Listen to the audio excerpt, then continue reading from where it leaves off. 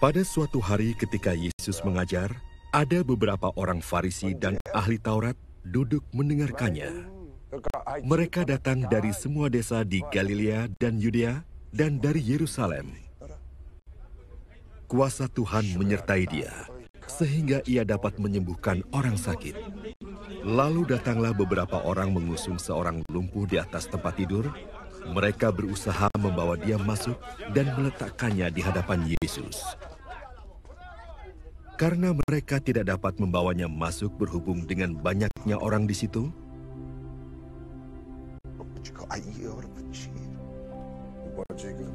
naiklah mereka ke atap rumah, lalu membongkar atap itu, dan menurunkan orang itu dengan tempat tidurnya ke tengah-tengah orang banyak.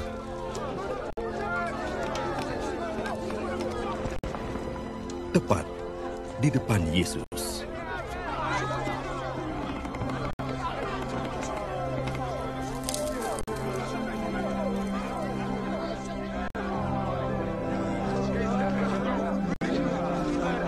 Ketika Yesus melihat iman mereka, berkatalah ia, "Hai saudara, dosamu sudah diampuni." Tetapi ahli-ahli Taurat dan orang-orang Farisi berpikir dalam hatinya, "Siapakah orang yang menghujat Allah ini? Siapa yang dapat mengampuni dosa selain daripada Allah sendiri?" Akan tetapi Yesus mengetahui pikiran mereka, lalu berkata kepada mereka, "Apakah yang kamu pikirkan dalam hatimu? Manakah lebih mudah mengatakan, 'Dosamu sudah diampuni,' atau mengatakan, 'Bangunlah dan berjalanlah'? Tetapi supaya kamu tahu bahwa di dunia ini Anak Manusia berkuasa mengampuni dosa, berkatalah ia kepada orang lumpuh itu, 'Kepadamu kukatakan, bangunlah, angkatlah tempat tidurmu, dan pulanglah ke rumahmu.'"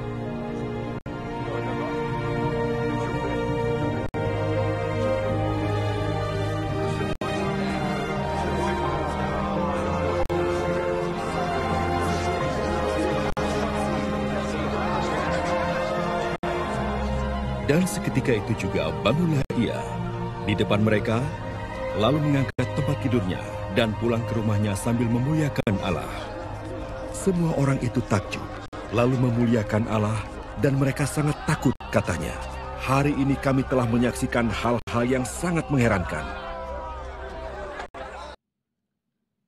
Saudara-saudariku yang terkasih dalam Tuhan kita Yesus Kristus. Bacaan Injil hari ini menceritakan kepada kita bahwa banyak orang dari berbagai daerah datang mendengarkan pengajaran Yesus. Mereka ingin mengalami kuasa kesembuhannya. Di antara orang banyak itu terdapat juga orang Farisi dan ahli-ahli Taurat.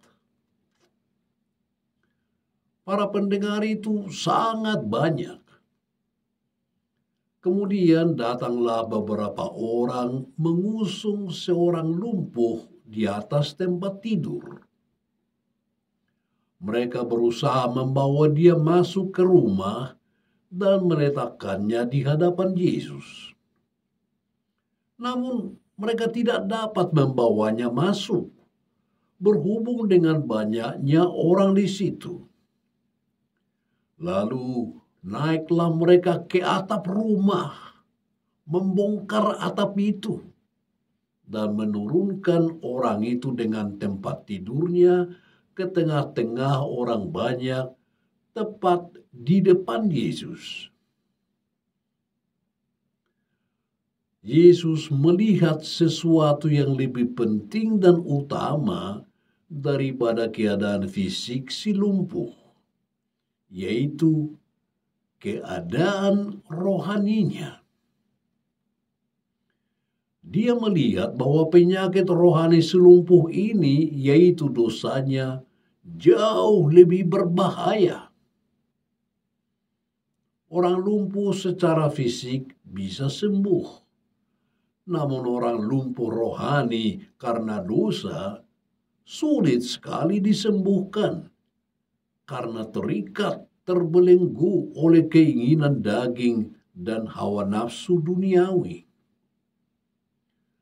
Maka Yesus terlebih dahulu berkata kepada si lumpuh, "Dosamu sudah diampuni." Dan kemudian dia berkata, "Bangunlah dan berjalanlah." Yesus mau membebaskan si lumpuh dari dosa, dan kemudian dia membuat dia berjalan pulang.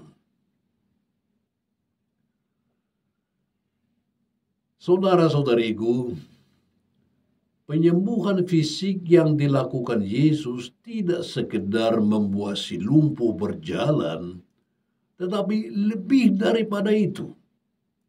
Mukjizat tersebut meneguhkan, memeteraikan, dan membuktikan keallahan dan kuasa Yesus untuk mengampuni dosa, karena hanya Allah yang bisa mengampuni dosa. Kemudian saudara-saudari, Injil hari ini juga menunjukkan kepada kita betapa pentingnya para sahabat. Orang lumpuh itu dalam keadaan tidak berdaya, namun para sahabatnya dengan rela menggotongnya. Dan dengan usaha keras tidak kenal menyerah, mereka membawa si lumpuh itu untuk disembuhkan Yesus. Melalui bacaan Injil hari ini, saudara-saudari, kita disadarkan dan diajak untuk memiliki cinta dan kepedulian kepada mereka yang sakit dan yang mengalami berbagai kesulitan dalam hidup. Hidup bersaudara dan saling mendukung satu sama lain menjadi kekuatan kita dalam hidup ini.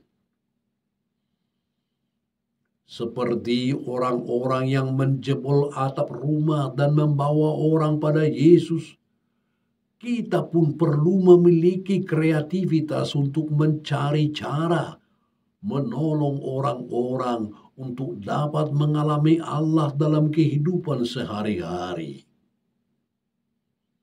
Kita perlu mengambil komitmen untuk sebisa mungkin dengan kemampuan yang ada untuk dengan gigih belajar mengenal Allah dan menolong orang lain bertumbuh. Sebagai orang beriman, saudara-saudari, kita diingatkan untuk mengembangkan iman kita sebagai komunitas orang beriman dalam keluarga, dalam lingkungan, dan dalam paroki.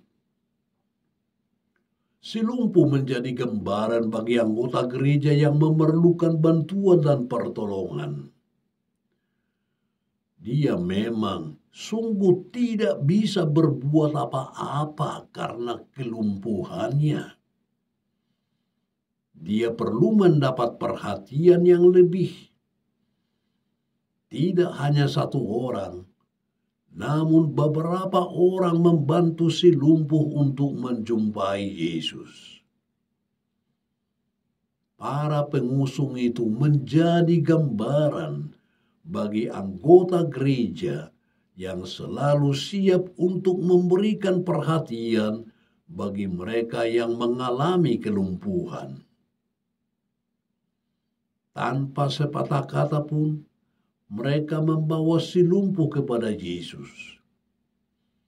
Demikian juga dengan kita anggota gereja. Tanpa menghakimi dan menilai, kita seharusnya memberi bantuan dan pertolongan bagi mereka yang memerlukannya. Dimensi kekeluargaan atau komuniter tidak mungkin kita lepaskan ketika kita berbicara tentang iman, apalagi usaha untuk menghidupi iman. Dimensi komunitar ini menjadikan si lumpuh itu mampu berjumpa dengan Yesus dan mendapat kesembuhan. Kesembuhan itu bukan dari orang-orang yang ada di sekitar si lumpuh itu, namun kesembuhan itu berasal dari Yesus. Yesuslah yang menjadi pusat dalam iman yang komuniter itu. Tanpa Yesus, tidak terbentuk iman Kristiani yang komuniter. Sebuah lingkungan komunitas iman tanpa disertai Yesus di dalamnya hanyalah sebuah lembaga sosial yang tidak mempunyai spiritualitas. Kita bersama sebagai anggota gereja yang satu, mau tidak mau ikut terlibat dan bertanggung jawab akan kesembuhan mereka yang membutuhkan Tuhan. Karena itu saudara-saudari, mengenal semua anggota lingkungan menjadi hal mutlak yang perlu. Bahaya yang besar adalah apabila kita tidak mampu bersosialisasi dengan semua anggota lingkungan.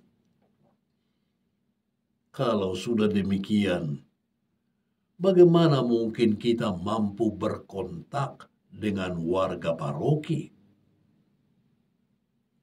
Jika tidak kenal, bagaimana kita saling peduli dan saling memperhatikan? Ingat saudara-saudari, kita adalah gereja yang satu, kudus, katolik, dan apostolik. God bless you.